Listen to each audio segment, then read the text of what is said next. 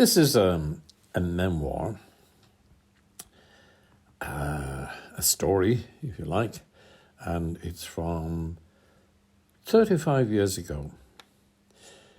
And it's called simply Brazil. Soccer is the obsession of all Brazilians, all at the time. But in that June of 1986, obsession had become total fanaticism. As the country entered the qualifying rounds of the World Cup, the whole place was, pardon the pun, in a fever pitch. However, for me, an Irish adventurer, as I liked to think of myself, deep in country in Brazil that steamy summer, and not a football fan anyway, soccer was the last thing on my mind.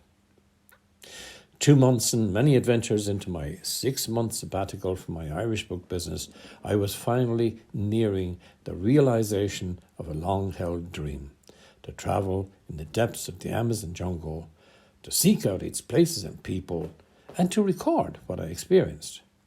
I'd invested in a Sony mini recorder in London, and some good notebooks.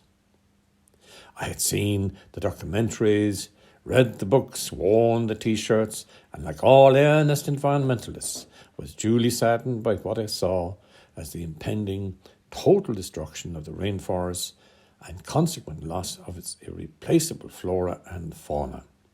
And worst of all, the imminent annihilation of its unique indigenous tribal peoples and their complex cultures.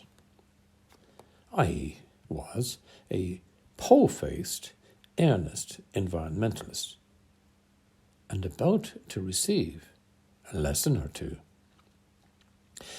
When I landed in Rio, I was stunned.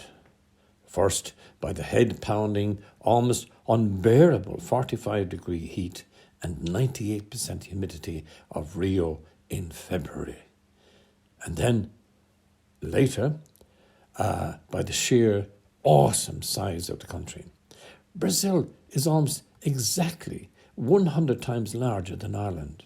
Our little green camouflage island, if dropped into its vastness, would not be found very quickly, even by an air search mission.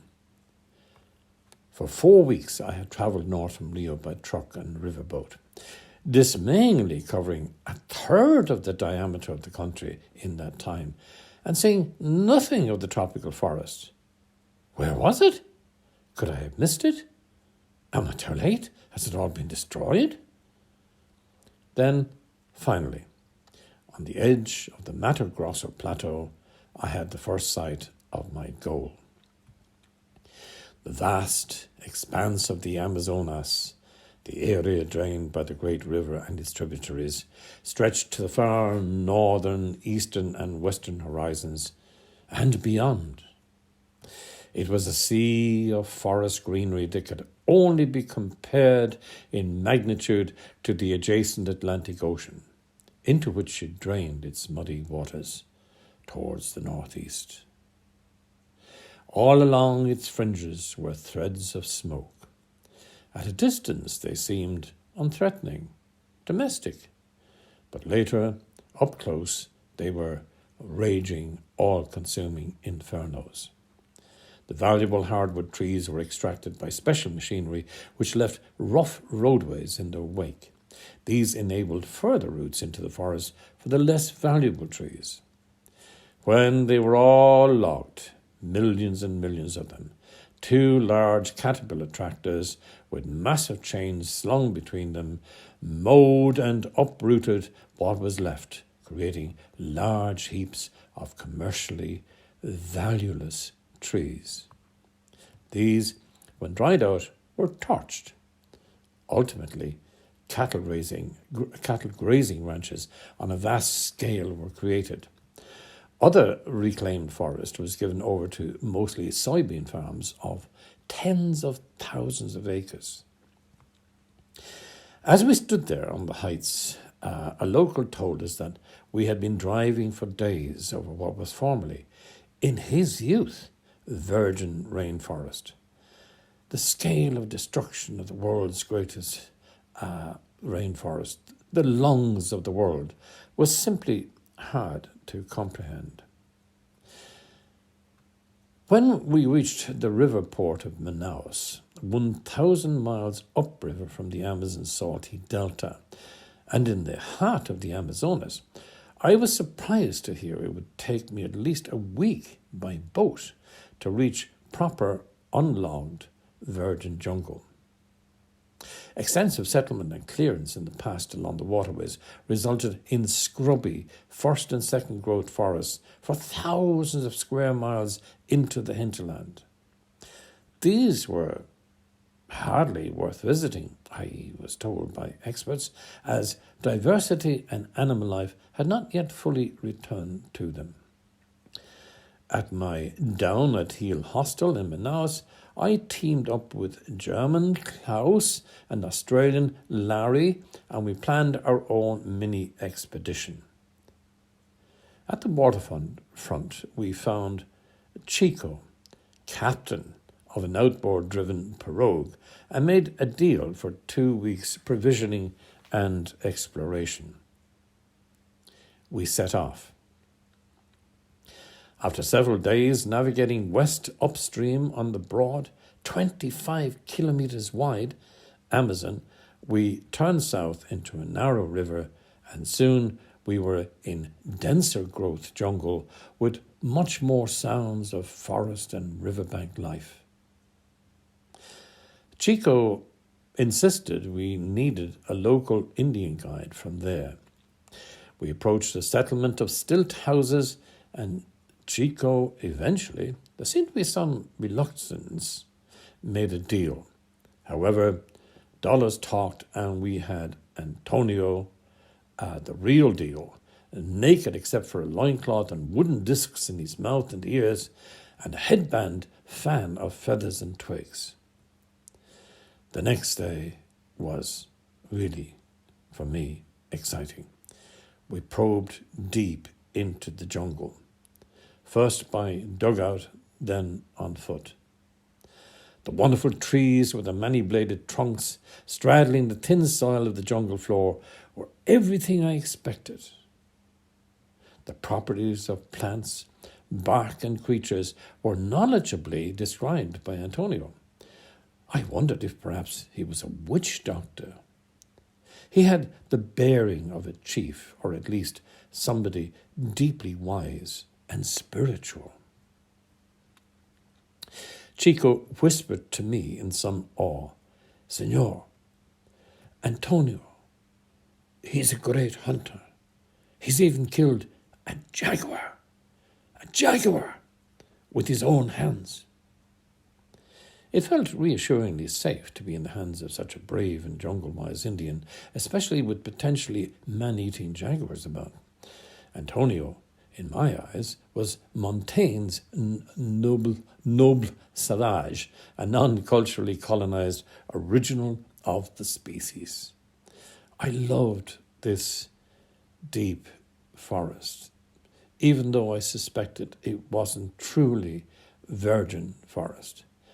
The shaded, relatively cool jungle beneath the towering canopy suited me well. It was just like an Irish summer, bucketing rain followed by a steaming off in intermittent sun. Not even an attack by disturbed bee mosquitoes, from which we had to escape by galloping at full pace into the nearest stream, dampened my burning enthusiasm. As I lay in my open-air hammock that night, serenaded by the creature cries of exotic wildlife doing their necessary red and tooth and claw stuff, I felt blissfully happy that I had undertaken this trip. The next day, rare trees yielded aromatic saps to Antonio's expert machete cuts, and when water shortage threatened, he nonchalantly cleaved wrist-thick water vines, which gave copious amounts of clear, refreshing, guess what? Water. I photographed a wonderful butterfly, one startlingly designed to look like a snake's head and eye. It was then it began. Antonio stopped dead in a clearing. His right foot was poised off the ground like a gun dog pointing. His fluttering hand signals commanded silence. Thus we stayed for what seemed an age, hearts pounding against our rib cages, afraid to even breathe. Then the headman began to back off slowly. We imitated his every move. Then suddenly he turned and raced past us wide-eyed. His fearful flight was infectious. We scrambled in a panic after him. Myself, being a smoker at the time, brought up the rear. This, I was convinced, was where I was going to pay for my sins. By the way, I did finally quit cigarettes, 5 years later. I felt a twitch in the centre of my back where I was sure the first poisoned arrow or dart was to strike. It would probably at first just feel like a sting from a bee mosquito before the numbing effects of the curare kicked in. I wondered therefore if I would be oblivious to the following cuts and blows and other terrible mutilations. Surprisingly, only minutes later, we came to the creek where the canoe dugout was beached. We must have earlier tracked in more or less a large circle. Everybody was exhausted. I was on the verge of cardiac arrest. Antonio jumped into the pirogue, frantically signing to us to do likewise. Gasping for breath on the riverbank, however, I hesitated and asked Chico to find out from Antonio what exactly we were running from. The invisible people, Antonio, rolling his eyes, replied, are all around us. As the tinglings of terror were beginning to wear off. After all, I hadn't been turned into a pincushion. I was beginning to smell a rat. There was something familiar about this, I thought. What was the name of that film I'd seen a few years before? Irish domiciled John Boorman was the director, I remembered. Was Antonio acting out a part from that film? Could our Indian guide witch doctor be pulling our legs? But for what purpose? Maybe we should stay and perhaps explore in a different direction, I puffed, my subsiding panic being overtaken not only by suspicion now, but by my Irish peasant instinct to get my bloody money's worth. Antonio got out of the canoe and squared up to me, machete in one hand and blowpipe in the other. He fixed me with a Steve Jobs-like stare and spoke fiercely. Chico nervously translated. He says, we will all die if we don't leave this place pronto. Cracky, Jim. Do what he says, Larry entreated. Klaus was vehemently nodding his assent. Although my nerve was slipping in the face of the peer pressure, I stuck to my guns. Let's get on with it. We've come a long way for this, and we all knew there would be some risks, I said, hopefully without a hint of the uncertainty that I was also feeling. When this was translated for Antonio, he continued to stare unflinchingly into my eyes for a full minute, it seemed. Then, astonishingly, he fell down at my feet and began to howl in anguish. Chico, also in a tearful gush, began to translate. The truth emerged. It went something like this.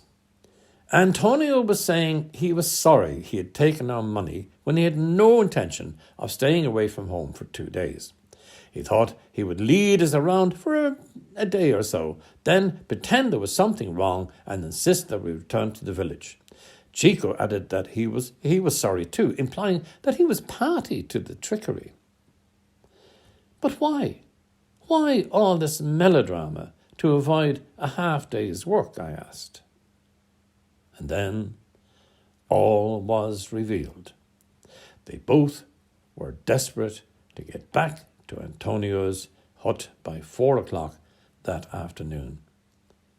And why? To see a soccer match. Brazil was playing a decisive game in the World Cup tournament that day, and nobody in the vast country would not be watching the match. Antonio was sorry. He and his family needed our money badly. Times were tough. He would pray for my soul and the souls of all gringos and gringas if only I would release him to go and see the match. There was a TV back in the village. What could you do? In the face of such abject human pain and ingenuity, there was only one solution. I picked him up, gave him a hug. God, his hair was rancid, and rushed him and everyone else into the boat. Antonio should be punished for lying to us, and he should, at the very least, be forced to give us our guilt back, Klaus was insisting. Larry and myself were loudly in concert with the reply. Shut the fuck up! The sense of urgency was now contagious as we helped the outboard with our furious paddling, slicing our way back along the stream. Antonio stood in the bow, dignified again, indicating obstacles and directions. At last, we came in sight of his house on the edge of the village. His wife and kids were jumping up and down frantically, obviously letting us know that the game was about to start.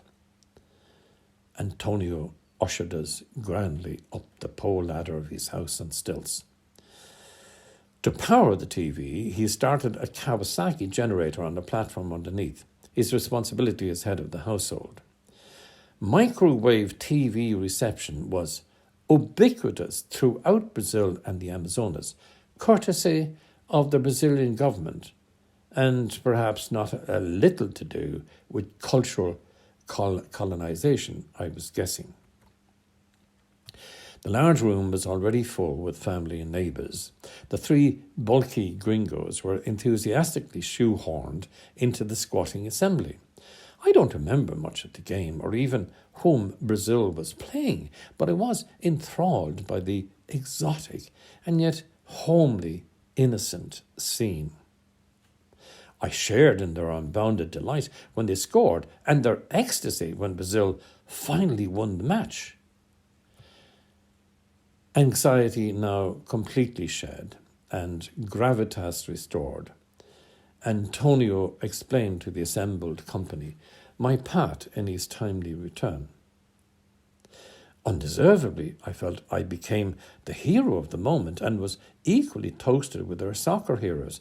In the process, I got sozzled. The local alcohol, pinga, deliciously cooled with ice and flavoured with limes plucked from an overhead tree, was deceptively easy to drink. Note: ice. I should explain another remarkable fact about this extraordinary country. Nobody in Brazil goes without ice in their drinks. It's another national obsession. Whether drinking from a hollowed gourd in deepest Roraima or from Waterford Crystal on a terrace in Ipanema, ice is mandatory. It gets to the most inaccessible places in wet sack-covered blocks in the waste of pirogues, having been bought from small ice factories on the main rivers. Klaus, in his jungle fatigues, drinking water only from his own tablet-sterilized supply, looked on disapprovingly at my going native. Larry, however, needed little encouragement to join in the celebrations, and soon his normally Foster's favouring palate was won over to the delights of Pinga. I had a savage hangover next day. The Indians seemed fine, however. I wondered if they had an antidote for hangovers in their forest pharmacy. The ceremony that morning, where I was presented with the ultimate Indian accolade, a huge jaguar tooth from the very same animal that Antonio had killed, went largely over my sore head, but I did feel a warm sense of conspiratorial camaraderie with Antonio and Chico as they raised me with some difficulty on their shoulders. The tooth, one of the two great curved canines that distinguishes the jaguar, was 4 inches long. He was a big cat. The creature's beautiful skin covered almost a whole wall of Antonio's house.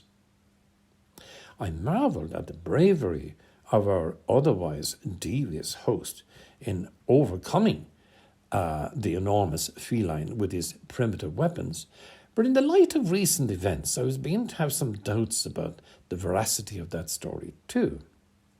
Sure enough, the truth, as one of his inebriated neighbours gloatingly told me, was the jaguar had been killed when it pounced on the sleeping Antonio, supposedly standing guard on a platform overlooking his manioca crop. His shotgun slipped from his grasp, hit the ground, and went off, unbelievably blowing the jaguar's brains out. The devil looks after his own.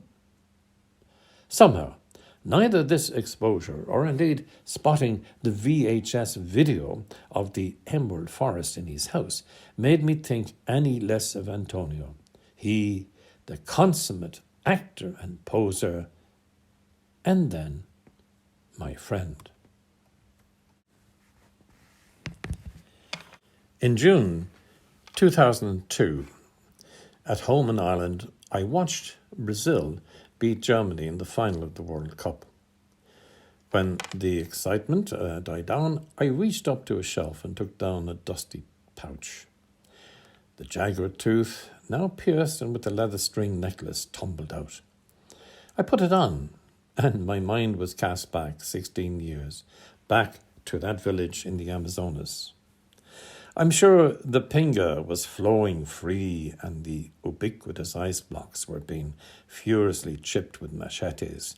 The celebrations were guaranteed to be wild and delirious. I probably never did find untouched, unlogged virgin forest. It's there, of course, if diminishing rapidly in area. But in a short tourist, let's accept it, I'm just a tourist, expedition, I was not going to see it. Neither was I going to make contact with tribespeople unaffected by contact with the 20th century. But what I got was good.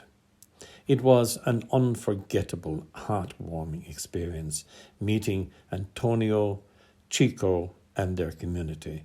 They were survivors. They had come to terms with the modern world and adapted to it and profited from it.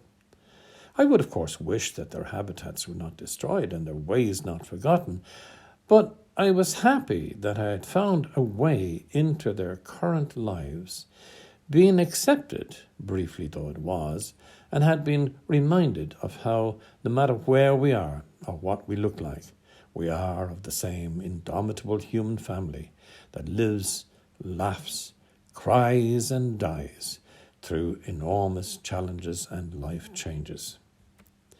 Today, in my 70s, I am lucky to live on the wild Atlantic Way. The latter is the tourist marketing phrase, sure, but it is still a wild and beautiful place, the exploring of which does not involve extreme effort, expense, or danger. I get my wilderness in an age-appropriate way these days. My experience of other wildernesses is as parlayed on TV by David Attenborough and his like. And that's not too bad at this stage of my life. I've even recently experienced virgin Amazon forest and furtive, uncontacted tribes through a helicopter's cameras. But I'm glad, very glad, and enriched that I ignored my Irish friends' perplexed urging back in the day, Jimmy, why bother going off to the wilds and risking your life when you can see it all on TV? And I just went, got my feet wet, and plunged right in. The unexpected and startling followed. And when I was lucky, I learned. And when I was very lucky, I made new friends, sometimes in surprising circumstances. I hope Antonio, Chico, and the families are well and are still able to make a decent living wherever they are. Que saudades do Brazil. And to the people I made friends with, ciao, beijo, a kiss. Sorry for the pronunciation. Nota bene.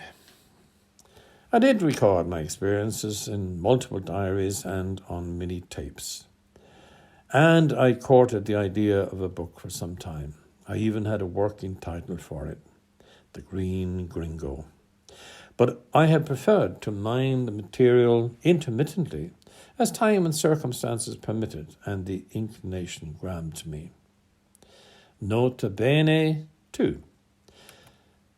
The match we watched long ago, sorry, I messed up there. The match we watched that day, I've since discovered, was a Group D stage match for the 1986 World Cup. Brazil beat Spain 1-0 in a cliffhanger. The single goal was scored by Socrates. I remember being puzzled at the time by the scream, Socrates! Socrates! Sadly for the uber-passionate Brazilian supporters, they lost the quarter-final to France in a penalty shootout. Disastrously. The Amazon continues to be ravaged on a staggering scale. One suspects that until human greed itself is conquered, it will not stop.